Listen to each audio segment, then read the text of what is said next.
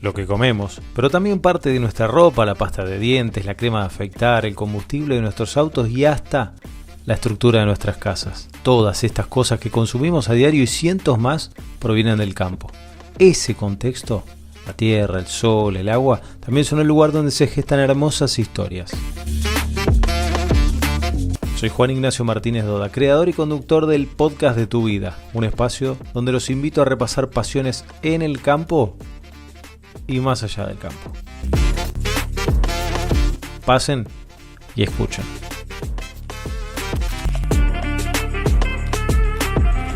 Una pasión es una pasión. Mejor podcast del agro. Juan Martínez Doda, el podcast de tu vida. ¡Pasa la nafta! ¡Ponele Fulltech!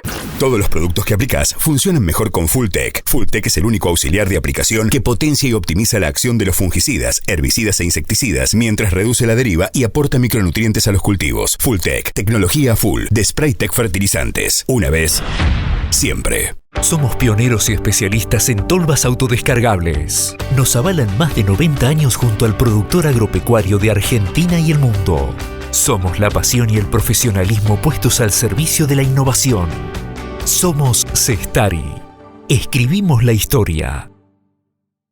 ¿Sos fan de la carne vacuna? Entrá en www.carneargentina.org.ar y encontrá los mejores tips, trucos y recetas para preparar la mejor carne del mundo y disfrutarla en familia y con amigos. Estamos mejorando la productividad agrícola mundial y también mejorando la biodiversidad. Estamos aumentando el sustento de 500 millones de productores y también reduciendo las emisiones de gases de efecto invernadero. Estamos camino a una mejor administración de recursos y también marcándolo hacia una agricultura más sostenible. En Corteva, estamos produciendo un mejor futuro para nuestros productores, para nuestros consumidores y para nuestro planeta. Estamos presentes siempre. Corteva, sigamos creciendo. Conociéndote.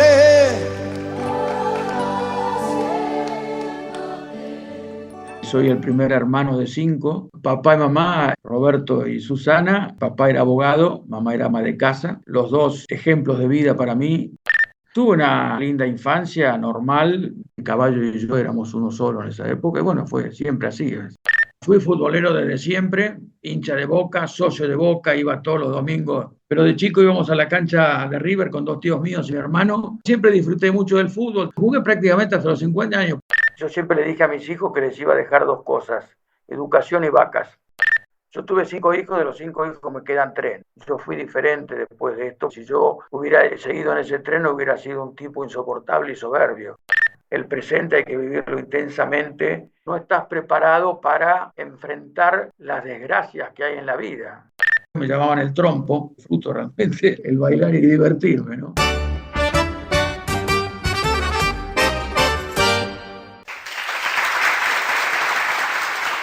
Bienvenidos a un nuevo capítulo del podcast de Tu Vida, transitando ya la 7ª temporada en estas charlas en las que quienes están vinculados a la producción de alimentos, la gente de campo cuenta su historia en el campo y más allá del campo. Nos puedes escuchar en Spotify, ver en YouTube y leer en Bichos de Campo. Y como siempre les digo, nos escuchás cuando querés. Prendiendo el fuego para hacer un asado, revolviendo la olla de un buen guiso, entrenando, recorriendo lotes, volviendo a casa y, por qué no, regando las plantas del parque. Hoy vamos a desandar los caminos en la vida de Fernando Canosa, director de conocimiento ganadero, asesor, productor, administrador de empresas agropecuarias en diferentes zonas, autor de varios trabajos de experimentación e investigación y conferencista sobre sistemas ganaderos.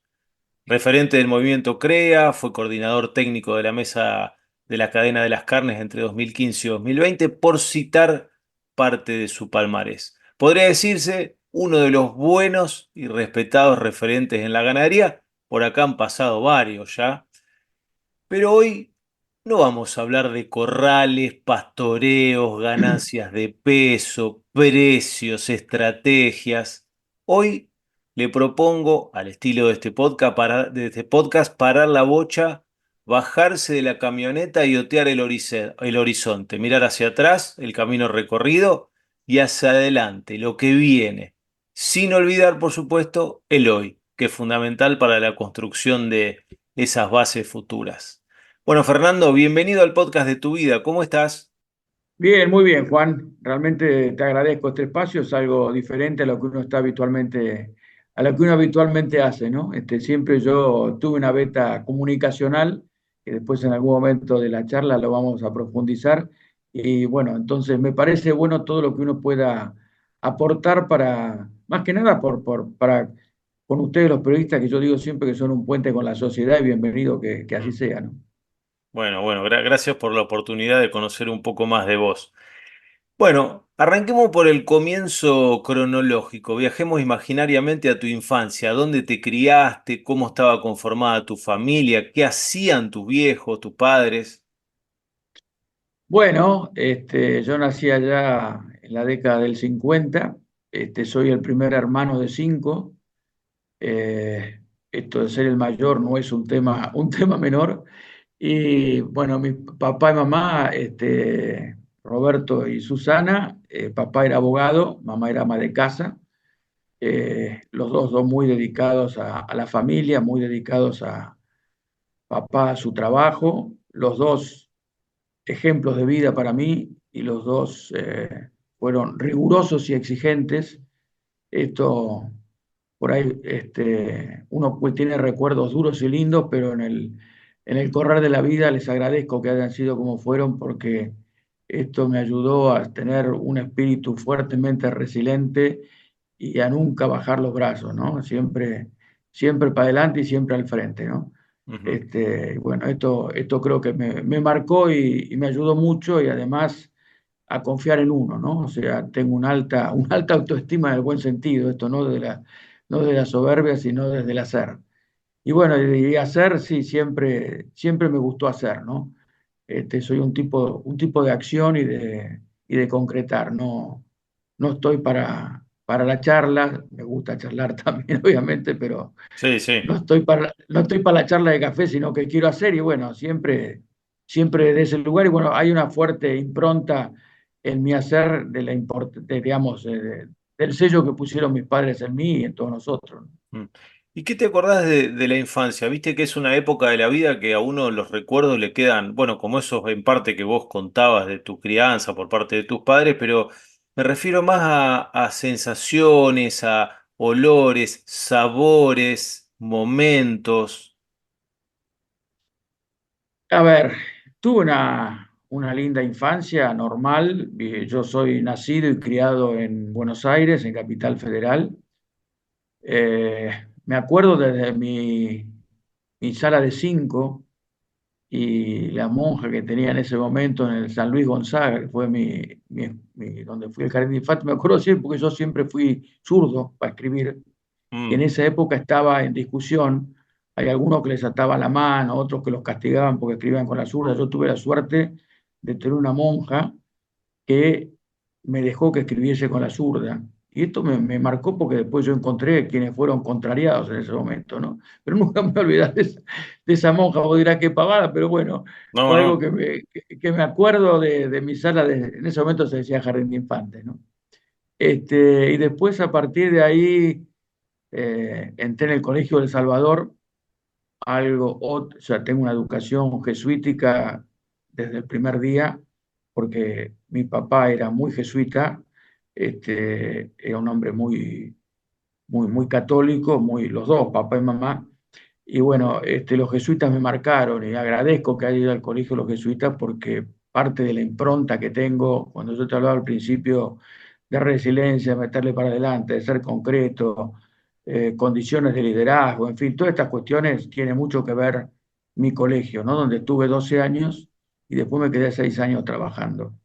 Mm, Toda mi carrera universitaria la hice ahí, trabajando, y bueno, todo esto a mí me fue marcando, digamos, porque también el hecho de trabajar durante mi secundario me permitió independizarme por lo menos en las pequeñas cosas, ¿no? O sea, yo decidía dónde iba y qué hacía y qué ropa me compraba. Eran dos pequeñas pavadas, pero que me dieron sí, sí.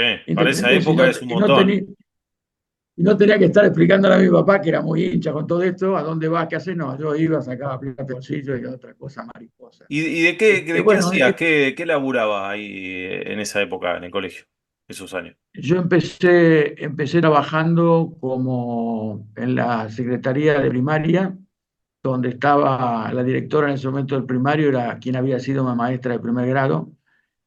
Bueno, ahí empecé el primer año y después pasé a ser secretario privado de rector del colegio en horario vespertino, que era cuando yo podía y me permitía poder trabajar y compatibilizar con mis estudios en la Facultad de Agronomía de la Universidad de Buenos Aires, ¿no? Mm. Bueno, esto para mí fue importante. Y en la infancia, eh, bueno, tuve una infancia normal, donde jugué mucho al fútbol. Esto llegué hasta prácticamente los 50 años jugando al fútbol. Este, Anduve mucho a caballo en el campo, o sea, me iba mis 3 veces de verano, era sagrado, nos íbamos al campo, bueno, y ahí nació un poco mi vocación. Y bueno, yo me levantaba mañana temprano, salía al campo, hacía la vida de cualquier peón, y en eso aprendí toda la parte práctica de lo que tiene que ver con el campo, ¿no? El caballo y yo éramos uno solo en esa época, y bueno, fue siempre así, es el día de hoy que sigo andando a caballo y disfruto de subirme a un caballo, ¿no? Mm. ¿Y el campo de quién? De tus viejos, de algún pariente? ¿Cómo surge o de dónde viene eso? Bueno, mi mamá integraba una familia agropecuaria, en ese momento es un campo que lo había comprado mi bisabuelo tenía varios campos, era Nicolás Brusone, cuyo nombre lleva un pueblo en el sur de Córdoba, y en ese campo es el que íbamos nosotros todos los veranos. En algún momento se dividió eso y a mamá le tocó un pedacito, digo yo, porque ya tenía una 21 parte de cuando se Mm. dividió la sociedad. La ley de herencia, que es la reforma agraria, que pocos hablan, pero que es la que ha ido subdividiendo la tierra. Y bueno, y a ese campo íbamos todos los veranos, nos íbamos a principios de enero, papá tenía vacaciones como abogado todo el mes de enero, y volvíamos a mediados de marzo cuando se iniciaban las clases. Esa era nuestra vida durante prácticamente toda mi infancia y mi adolescencia, ¿no? Después empecé a mechar con el Mar del Plata, cuando ya estaba en los últimos años del secundario, y después, bueno, cuando ya me podía mantener y hacer mi vida, ¿no? Mm. ¿Y cómo surge agronomía? ¿Tenías un plan B, otras opciones en tu cabeza? ¿Estabas súper decidido? ¿Qué querías ser? Viste que a veces cuando uno, a los 18 años, que todavía uno no sabe demasiado, es un momento difícil de decidir, ¿qué querías ser, digamos? Si eso cambió después. Pero bueno, son muchas preguntas en una, pero tienen que ver con esa No, no, elección. pero vos sabés que es muy concreta. Yo, por suerte, no tuve la disyuntiva que por ahí han tenido otros de, bueno, ¿qué voy a estudiar? ¿Qué voy a hacer? Yo ya en tercer año del colegio tenía claro que quería ser ingeniero agrónomo y no quería ser veterinario. Me gustaba el Claro. campo, pero digamos, no, todo lo que tuviera que ver con la medicina humana o animal estaba claro que para mí no iba. O sea, yo veo un poquito de sangre y me asusto, entonces Mm. no estaba por ahí mi futuro, pero sí estaba en la agronomía y sabía que me quería dedicar al campo, sabía que mi futuro estaba en las vacas, en el pasto, en la producción agropecuaria, y bueno, así que cuando llegó el momento de decidir, a pesar de que me hicieron un test, un test vocacional, me acuerdo en ese momento, que me generó más confusión que claridad ese test, porque, claro, era un test en el cual podía ser desde abogado, ingeniero industrial, ingeniero agrónomo. Pero bueno, yo sabía que quería ser ingeniero agrónomo. Estaba la disyuntiva de abogado porque mi papá era Claro. abogado y él nunca me dijo ni intervino para nada.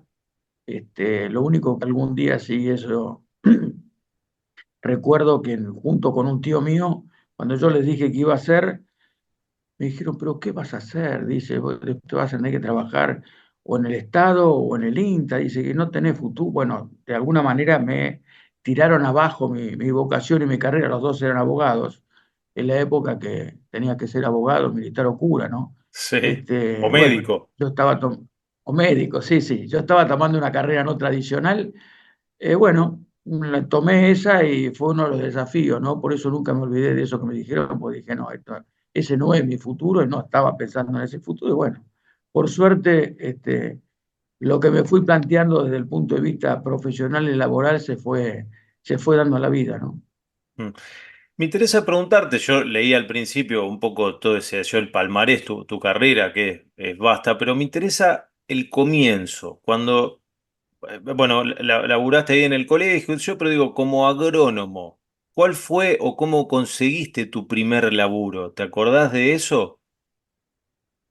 Sí, antes no quisiera dejar de pasar mi vida universitaria, porque mi vida universitaria también me marcó. Yo estoy agradecido a la educación pública, agradecido a la Facultad de Agronomía de la Universidad de Buenos Aires. Yo venía de la educación privada y realmente, por suerte, fui a la universidad pública porque fue salir del cascarón y conocer más la vida real. Y ahí tuve la oportunidad de hacer mis primeros palotes en lo que es la política. Me metí en la política universitaria. Yo entré a la universidad, hice el ingreso, porque hice un año total de ingreso en el año 71. Mm. Me tocó después vivir el 73. O sea, viví toda una época compleja, qué Sí, sé yo, cada difícil. uno. Pero bueno, tuve una época compleja.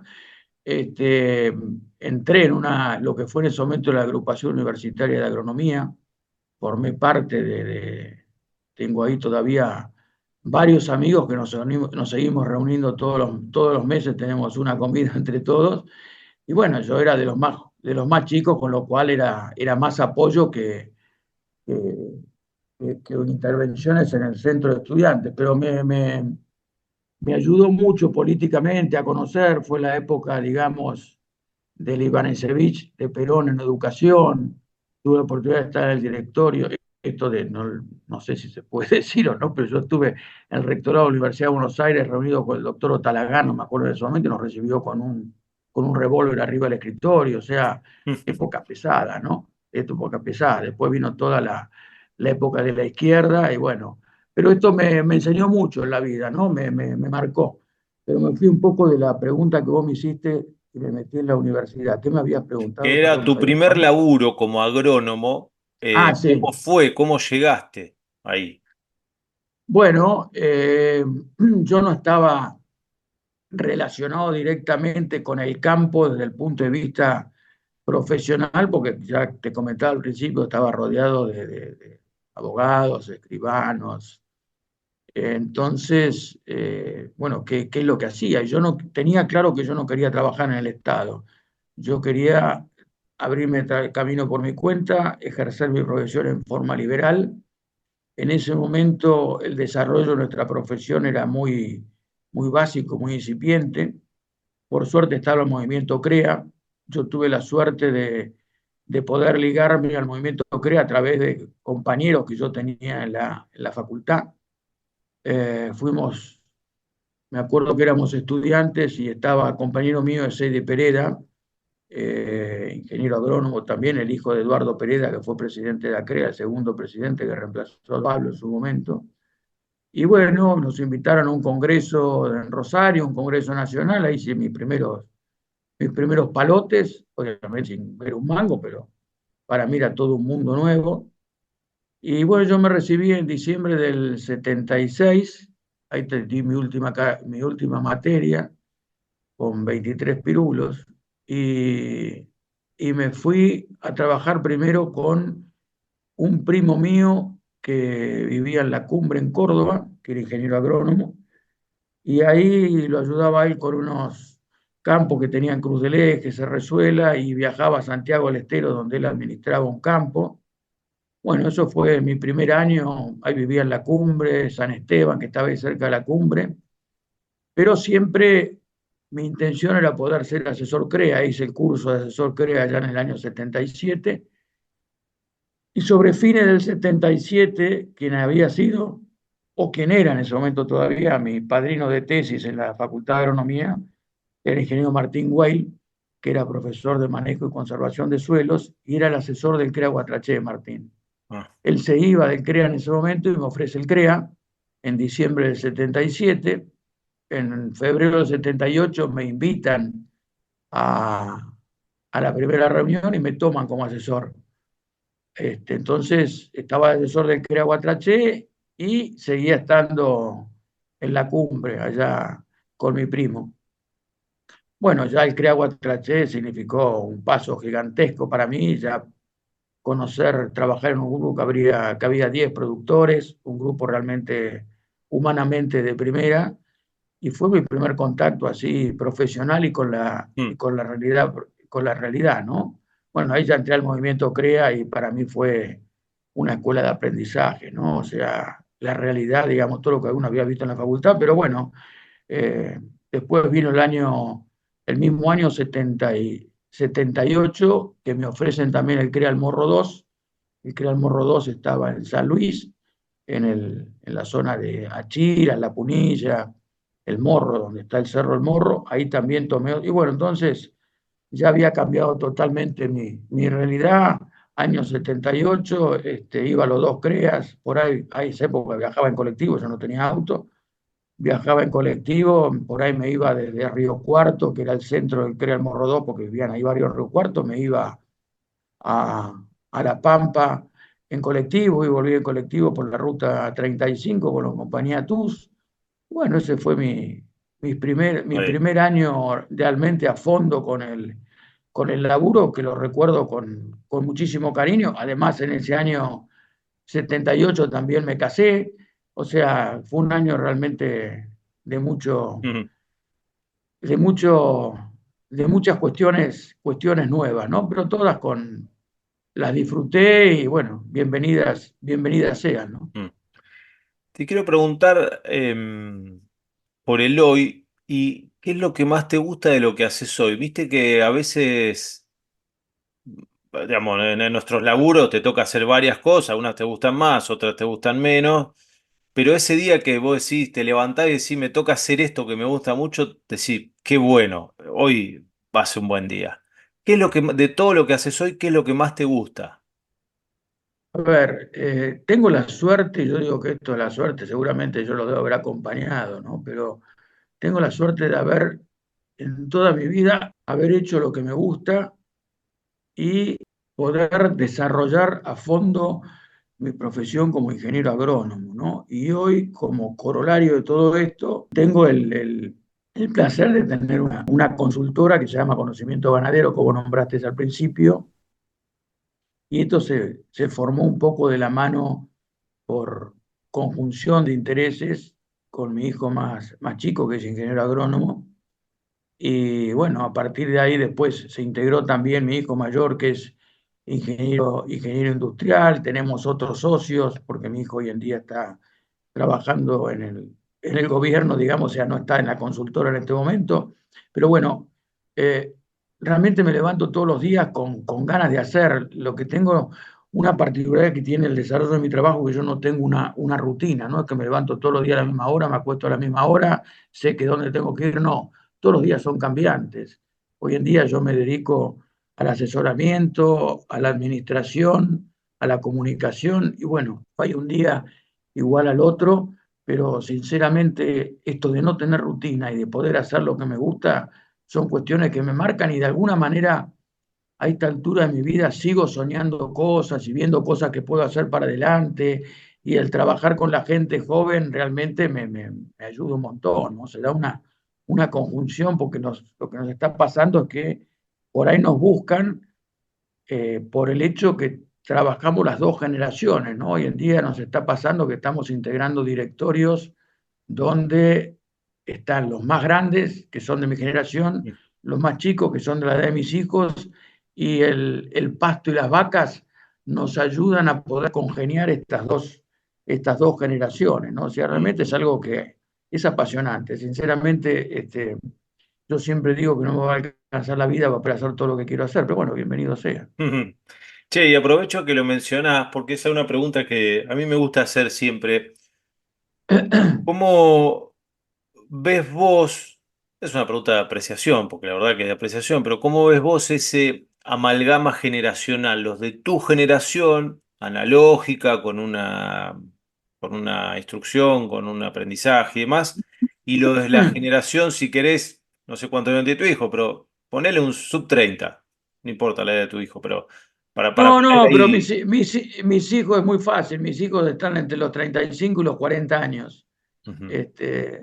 Yo Pero en tuve general, 5 ¿cómo hijos. ves ese amalgama? ¿Qué tiene cada uno para aportar? ¿Cómo se está dando?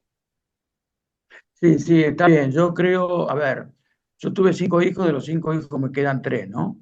Esto nos ha marcado fuerte, fuerte a todos, pero creo que, digamos, hay una conjunción, porque de alguna manera yo tengo la experiencia del viejo que ha transitado diferentes huellas y ellos tienen todo el entusiasmo y el ímpetu de los jóvenes, pero de alguna manera mis hijos tienen, yo digo como padre, ¿no? ¿Qué va a ser? Tienen una impronta personal también y yo tengo una gran satisfacción porque de alguna manera yo busqué, yo siempre le dije a mis hijos que les iba a dejar 2 cosas, educación y vacas.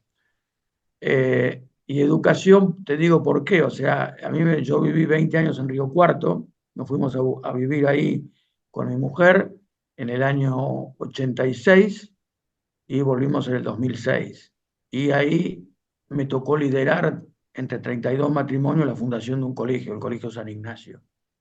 Y esto para mí fue importantísimo, porque en ese momento yo tenía que resolver, o me vuelvo a Buenos Aires para que mis hijos reciban la educación que yo quiero o que queríamos con mi mujer, o hacemos algo nuevo. Hicimos algo nuevo, liderado por gente toda del sector privado, sin subvención estatal, de alguna manera bombardeado por las autoridades públicas en ese momento, gobierno radical, gobierno de Angelos, y nosotros seguimos para adelante, éramos 32 tractorcitos, 32 matrimonios, bueno, y hoy en día ese colegio cumplió 35 años. Tuve el placer de ir en el mes de noviembre, cuando cumplió los 35, nos invitaron a todos los fundadores y ahora hay 750 alumnos. Para mí eso fue realmente muy fuerte, porque además mis hijos, digamos, tienen una muy buena educación desde el punto de vista, tiene bachillerato internacional, es bilingüe, el colegio, en fin, todas cuestiones que yo no tuve, se las busqué que las tuvieran ellos. Entonces, ¿por qué te hablo de esto en este momento? Porque todo eso, hoy uno está eh, recibiendo lo que sembró. Mm. Después, cuando yo vine a Buenos Aires, volví a Buenos Aires, busqué que mis hijos fueran a la universidad pública, porque quería que tuvieran la cabeza abierta. También allá eran los hijos en Río Cuarto, a pesar de ser una ciudad grande. Bueno, y esto, bueno, mi hijo menor hizo toda una carrera política universitaria, fue presidente del centro estudiante, integrante del consejo directivo de la UBA, en fin. Bueno, todas cosas que uno como padre dice, pucha, algunas cosas me salieron bien, ¿viste? Y bueno, el placer de poder trabajar con los hijos y esto que vos decías, poder juntar las dos generaciones, es complejo por las visiones que tenemos cada uno, pero ellos tratan de chupar de mí lo que yo les puedo dar y yo trato de adaptarme a la edad de ellos. Realmente es un placer. Esto es uno de los, después de tantas cosas duras, es uno de los placeres que me ha dado la vida, ¿no? Mm. Bueno, mencionabas vos de tus dos hijos que has perdido, fallecidos, y también lo quiero vincular con la familia, porque cuando hablabas de los viajes, de Río Cuarto, del colectivo, de San Luis, yo pensaba en tu mujer, después me dijiste que te casaste justo ahí, digamos, el apoyo de la mujer al principio y después de la comprensión de los hijos, que el padre por ahí tiene que viajar, va, viene. ¿Cómo han hecho para superar, o cómo has hecho vos, dónde te has apalancado para superar estas dos pérdidas importantes? ¿Qué lugar ha ocupado el trabajo? Te lo digo yo, que cuando charlamos en la previa te conté que también perdí un hijo, que tuve un hijo internado como un año y actualmente tiene atraso madurativo y yo me apoyé bastante en el trabajo, que es mi pasión y lo que me gustaba, para poder seguir, bueno, transitando ese duelo por un lado y acompañamiento de mi hijo por el otro. Pero ¿cómo hiciste vos? Bueno, sí, digamos, yo siempre le di mucha importancia a la familia. Quien era mi mujer, la madre de los chicos, comulgábamos en lo que queríamos. La pérdida de mi primer hijo en un accidente de auto al cruzarse una vaquillona, nos pusimos un falcón de sombrero y salió pobre despedido. Pero esta muerte, yo trato de buscar las explicaciones de las cosas que ocurren, ¿no? Bueno, nunca encontré explicación a esto, pero realmente yo fui diferente después de esto porque hasta ese momento yo me tragaba el mundo, o sea, lo que yo quería hacer y me proponía salía, o sea, que no me paraba nadie. Yo creo que si yo hubiera en ese tren, seguido en ese tren, hubiera sido un tipo insoportable y soberbio. Esto me bajó el copete y me hizo ver que había algunos frenos en la vida y no todo dependía de mí. Bueno, duro fue, traté de encontrar una explicación, no es que ocurrió esto y después, Sí, y sí. por eso lo hice ocurrir para cambiar, ¿no? Lamentablemente traté de encontrarle una explicación, ¿no? Y bueno, y después, digamos, pero siempre la familia fue el apoyo, ¿no? Yo viví muy fuerte lo que es la vida familiar, tanto por mis padres, por mis suegros, por todo lo que era la familia. Mi padre eran 6 hermanos, mi madre eran 3, pero digamos, había un ambiente familiar muy fuerte por todos lados y eso nos lo impregnaron a nosotros y nosotros también lo pudimos llevar adelante, ¿no? Y siempre el esfuerzo, o sea, nunca bajar los brazos, ¿no? Sinceramente, esa fue un poco el leitmotiv de mi vida. Y cuando vos me decís dónde me refugié, y bueno, creo que el trabajo fue uno de esos refugios, ¿no? Eso no hay duda. A mí laboralmente me fue realmente muy bien. Yo no traté de dedicarme siempre a la ganadería y este trabajo en el tema ganadero me llevó a ocupar un lugar de privilegio en la CREA. Yo llegué a ser coordinador de ganadería, lo fui durante 15 años, habiendo ganado 3 concursos, entonces esto a mí, mi ego, pero bueno, yo también ponía mis condiciones y mi lomo para esto, llevarlo adelante. Esto me abrió muchas puertas. Yo tuve oportunidad de hacer un trabajo importante técnico para el Congreso Mundial de Hereford, después para el Congreso Mundial de Bradford. Me comunicó con toda la sociedad ganadera que de otra manera no hubiese llegado. ACREA me formó y me preparó para que fuera el vocero ganadero en su momento. Esto a mí me dio un background importante. Hice un curso de liderazgo como el SEIDA, que también, de la Sociedad Argentina, que a mí me ayudó un montón, me apoyó para yo poder participar y hacer el colegio que hicimos en Río Cuarto, en el cual fue 4 años vicepresidente y 2 años presidente, en fin. Es como que la vida y las oportunidades que se me fueron presentando las fui aprovechando, ¿no? Siempre con esfuerzo, ¿no? O sea, yo tengo claro que la vida no te regala nada. Y bueno, tal así que la vida no me regala nada que nunca me olvidaré y mi hijo no se olvida. Yo, mi hijo más chico, justo el cumpleaños el 29 de mayo, y generalmente para esa fecha yo estaba en las reuniones de asesores de asesores de CREA en Buenos Aires.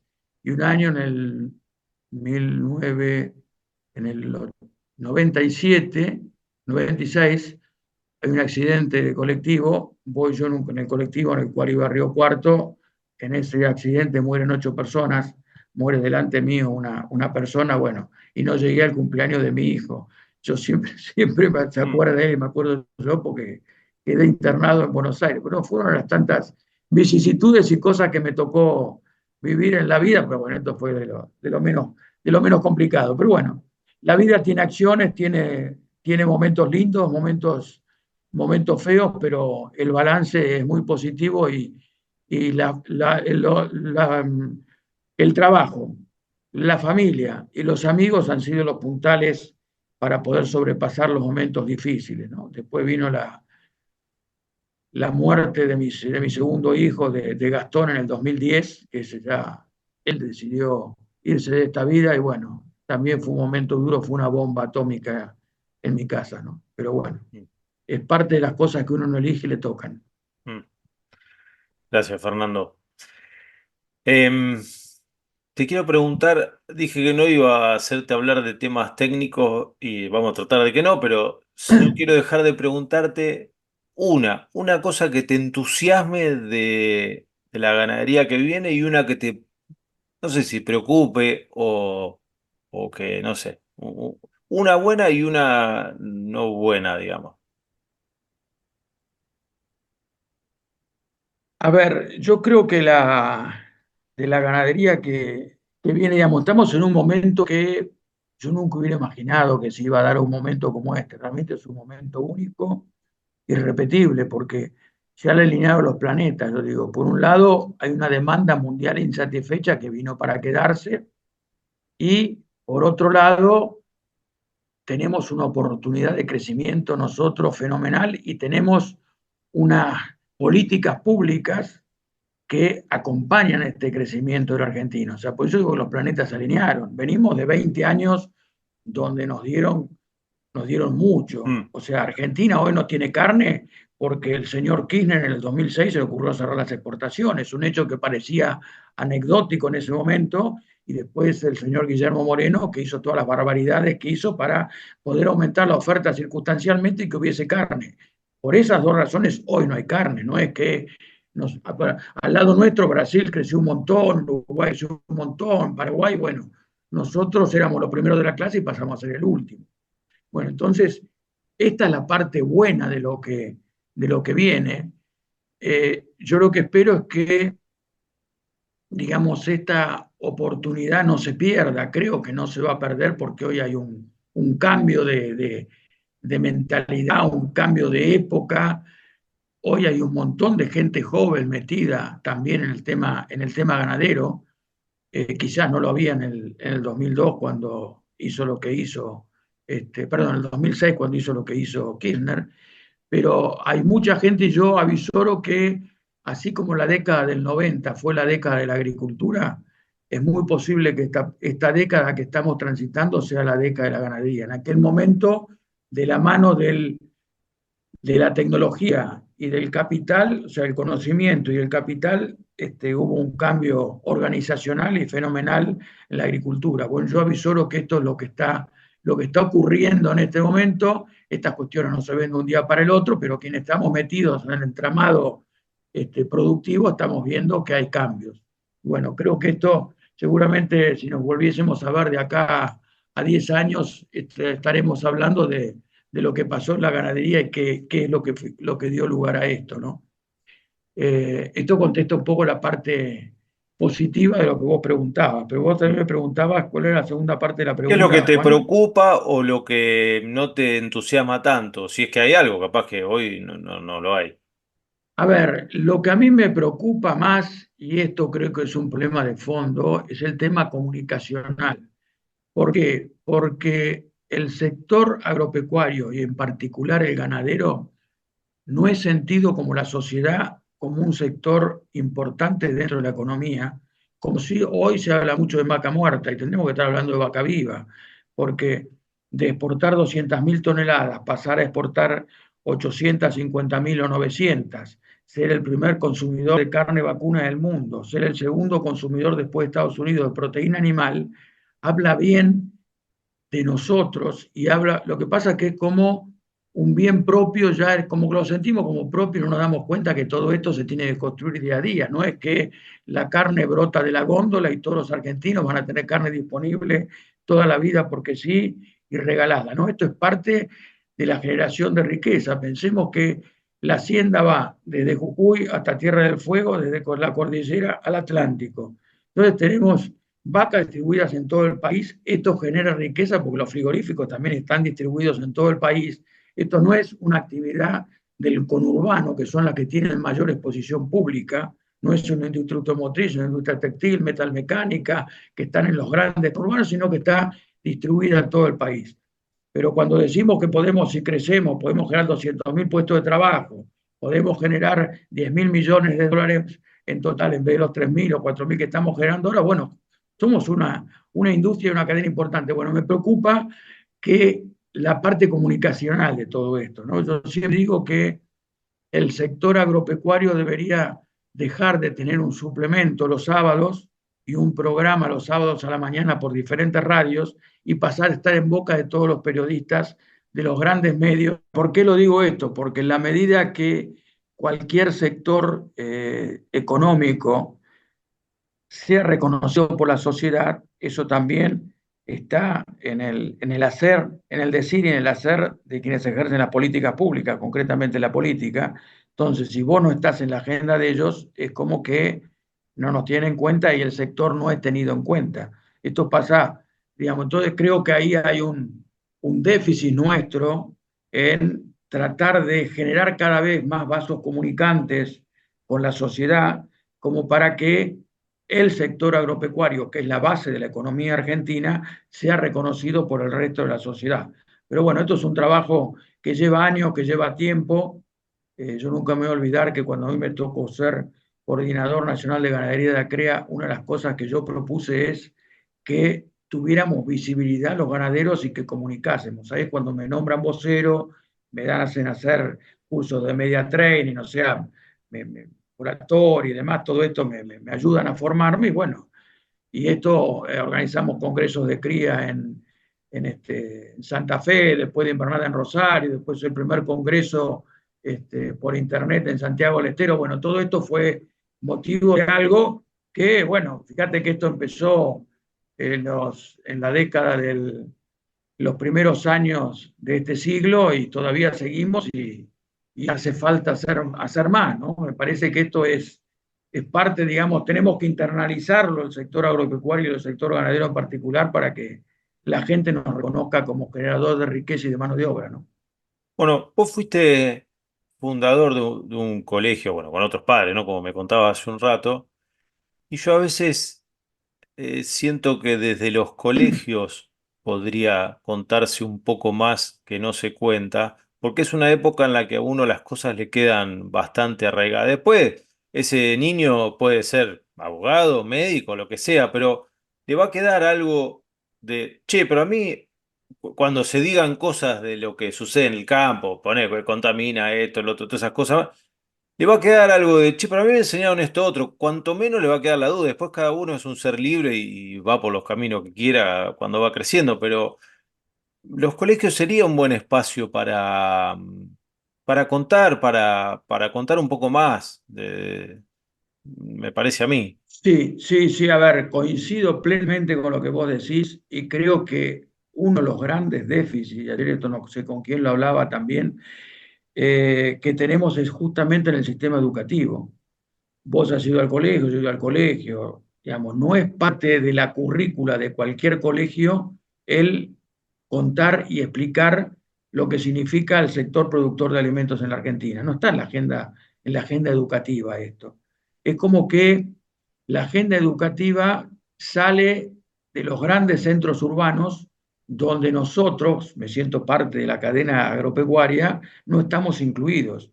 Entonces, ese es el primer déficit que tenemos. Una vuelta yo no me voy a olvidar, yo en este momento vivo en Trenquelauquen y en un momento di clases en una escuela de capacitación de docentes y había ahí un título terciario que era un terciario en agricultura y ganadería. Yo daba la práctica ganadera. Esto fue hace poquitos años atrás.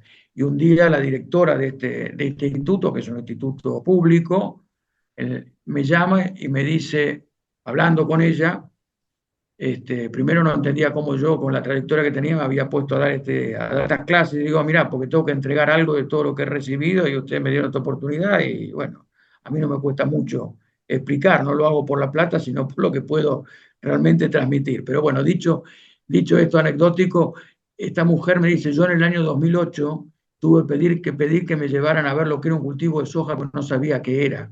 Era la directora de un instituto de capacitación docente y estaba en este caso liderando un curso agrotécnico. O sea, esto a mí me dio la dimensión del problema educativo que teníamos. Y cuando vos ves la formación de la Universidad de Buenos Aires, que es la que más conozco, en la carrera de ciencias económicas, la economía agropecuaria es optativa, no está dentro del régimen obligatorio para todos los economistas. Entonces tenemos fallas de base muy graves. Y bueno, esto no podemos hacer más que fogonear y decirlo y difundirlo como para que cambie, pero es un tema estructural que tiene la Argentina, sin ninguna duda. Bueno, Fernando, llegamos al ping-pong del podcast de tu vida y la primera pregunta tiene que ver con cómo despejas tu cabeza después de un día largo de laburo, por ahí viajes, qué sé yo, qué te gusta hacer o qué haces para sacar la cabeza de lo laboral y ponerla en otro lado. Bueno, a ver, ahí hay diferentes facetas, ¿no? Por un lado, al tener un trabajo en el cual disfruto y en el cual yo no tengo horario, como puede ser un docente, un bancario que llega, o más que nada un bancario que llega a su casa y se acabó, el que en una fábrica, es como que, digamos, nunca llego con la carga de estar molesto con lo que hice. Generalmente sigo pensando lo que tengo que hacer y lo que voy a hacer al día siguiente. Quizás esto sea un defecto porque tendría que me desenchufo, pero ¿cómo me desenchufo? No, me desenchufo charlando con mi mujer. Cuando estoy de viaje, yo toda la vida fui muy de leer los diarios. Hoy en día lo leo en papel solamente sábados y domingos, pero los sábados y domingos trae tantos artículos que no tienen nada que ver con la coyuntura, los diarios, que eso me los voy guardando durante la semana y los voy leyendo porque hay realmente artículos de fondo realmente muy buenos. Cuando llego muy pasado de vueltas y liquidado, me tomo un whiskycito, eso también está dentro de mi agenda. Y hoy en día te ayuda también las redes, internet, en fin. Uno puede desatenderse con esas cuestiones, ¿no? ¿Deportes has practicado? ¿Te gusta mirar alguno en particular? Sí, o sea, fui futbolero desde siempre, hincha de Boca, socio de Boca, iba todos los domingos, cuando yo me pagaba ya el socio y era yo el que era socio, ¿no? Pero de chico íbamos a la cancha de River con dos tíos míos y mi hermano, y yo esto lo digo por anecdótico, uno de mis tíos era de Boca, el otro era de Racing, y nosotros dos, mi hermano de San Lorenzo y yo de Boca, pero íbamos los cuatro a la cancha de River porque ellos tenían unas plateas ahí. Bueno, yo siempre fui hincha de Boca, jugué mucho al fútbol, jugué de 2, jugué de 3, jugué de 5, en fin, diferentes lugares. Nunca fui un gran jugador, no era un estilista, pero era un buen defensor y siempre ponía todo para adelante, como es mi espíritu. Y jugué prácticamente hasta los 50 años, porque capaz que más años, después de los 50 también, sí. Porque, digamos, en el colegio que hicimos, aparte, digamos, había dos cosas que nos unía a todos los padres. El asado de todos los lunes, de quienes fundamos el colegio, que nos vivimos reuniendo todos los lunes, y después el fútbol de los fines de semana. Eran dos puntos de encuentro y de reunión social, y después iba a ver a mis hijos, que me pedían callate viejo, porque claro, yo era hincha. Pero bueno, siempre disfruté mucho del fútbol, también jugué al tenis y jugué al golf, también jugué al pádel. Y bueno, y hoy en día camino mucho y voy al gimnasio. Esa es un poco mi evolución deportiva, ¿no? Deportiva. Che, y dijiste asado, bueno, pero cocina, ¿qué tal te va como cocinero? ¿Puede ser en la parrilla, en la olla, en el horno, donde sea? ¿Qué te gusta hacer? ¿Tenés alguna especialidad? De chico siempre me gustó la cocina. Después la abandoné, pero yo de chico hacía pizza, hacía scones, me divertía cocinando. La vieja mamá no tenía ningún problema, al contrario, le gustaba, y siempre fui bastante exquisito para la cocina. Es raro, pero mis platos de cumpleaños que me hacía mamá era el pulpo a la gallega y el zamballón. Dos platos realmente raros, pero esos eran mis dos, y siguen siendo. O sea, hoy yo también, si tengo que hacer pulpo, también lo he hecho, pero de alguna manera abandoné, digamos, mi beta de cocina, pero lo que no abandoné fue la parrilla. O sea, yo siempre digo que yo me fui a vivir a Río Cuarto en el 2000, te decía, en el 86. O sea, ya han pasado 40 años, y en estos 40 años creo que son pocos los domingos que no haya prendido la parrilla y no haya hecho algún asado, ¿no? O sea, realmente está incorporado en mi vida, y el asado es donde yo te hago de un lechón, un cordero, cualquier carne. Y yo siempre digo que tengo la suerte que mis hijos varones lo mamaron esto desde chiquitos, y hoy en día ellos tienen una maestría en asado, los dos hacen asados mejores que yo. Y en mi casa, en Río Cuarto, Los fines de semana la parrilla siempre estaba prendida, caían los amigos de mis hijos, cada uno con un pedazo de carne, lo metía en parrilla, o sea, era un lugar de encuentro y una manera de tener, conocer las relaciones que hacían. En fin, claro. Mi casa estaba siempre la puerta abierta y mis hijos lo disfrutaban esto y yo también lo disfrutaba, o sea que la parrilla y el asado siempre ha estado presente entre nosotros. Si sos de mirar películas, o bueno, ahora están más de moda las series, ¿por dónde vas? ¿Qué te gusta mirar? ¿Acción, aventura? No sé. A ver, nunca fui muy cinéfilo.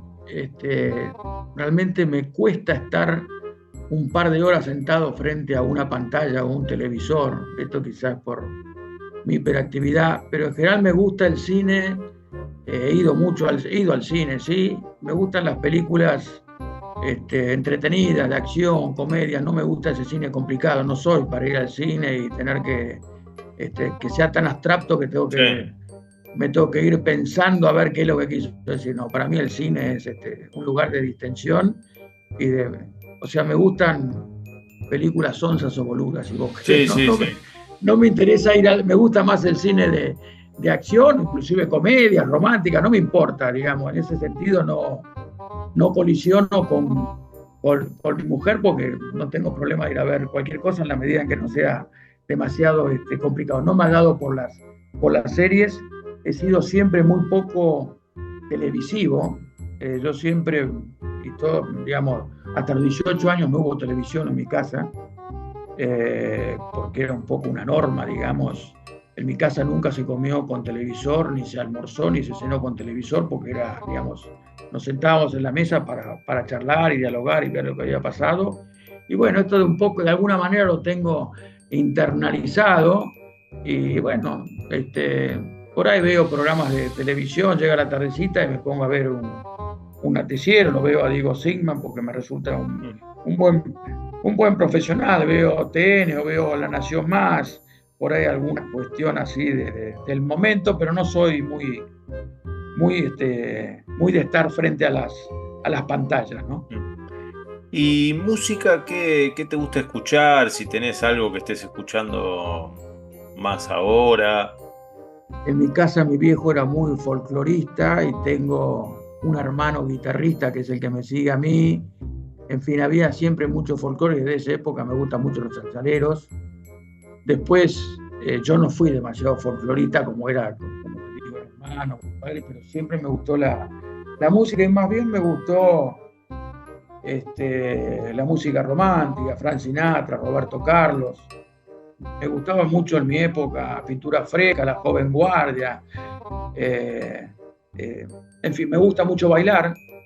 Eso, digamos, cuando también hacíamos muchas fiestas en el colegio, me llamaban el trompo, porque mi mujer y yo éramos los primeros y los últimos.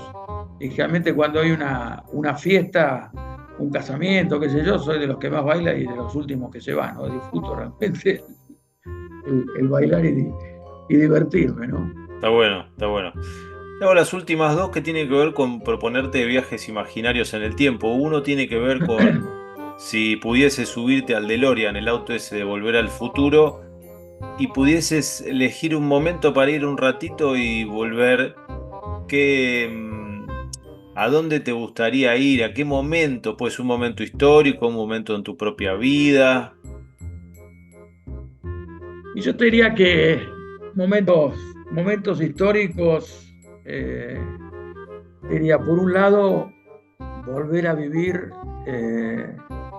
las vacaciones en el mar o en la nieve con mis hijos. Fueron momentos realmente inolvidables en los cuales yo me distendía del todo. Yo siempre pienso, yo me iba de vacaciones el 26 de diciembre y volvía el 31 de enero. Y a partir del año 86 lo pude bancar yo ya con mi trabajo y para mí era sagrado. Por suerte no había teléfono celular, con lo cual nadie te rompía los quinotos, con lo cual podías. Y después tuve la oportunidad de poder ir a esquiar porque se dieron una serie de condiciones con amigos y qué sé yo. y realmente era otro de los momentos que yo disfrutaba mucho con mis hijos, ¿no? Y después los viajes que he podido hacer. Yo tuve la suerte de poder ir 2 veces a Estados Unidos, que me ayudó a CREA, y una vez a China, un viaje que no me olvido más, también que me ayudó el movimiento CREA en su momento, porque yo era técnico de CREA. Y bueno, estos viajes también tuve la oportunidad de estar un par de meses al principio en Europa, y todas estas cosas te marcan, ¿no? El poder viajar realmente siempre es un espacio de educación, de crecimiento, y bueno, me queda pendiente Australia, pero el resto, realmente agradezco quienes me han ayudado a viajar, porque me ha abierto la cabeza y me ha ayudado a entender un montón de cosas diferentes, ¿no? Y también promoví este tipo de cosas en mis hijos como para que pudieran crecer y evolucionar, ¿no? Y la última tiene que ver con, imagínate que el Fernando que sos hoy, el de hoy, se cruza con el Fernando que estaba ahí arrancando la carrera de agronomía, 18, 19, 20, 21 años, por ahí.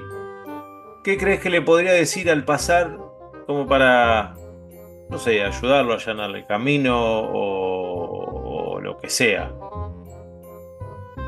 O tan solo, no sé. A ver, yo no, digamos, cuando vos me preguntás esto, yo no aborrezco de nada de lo que hice, o sea, volvería a hacer todo bastante parecido.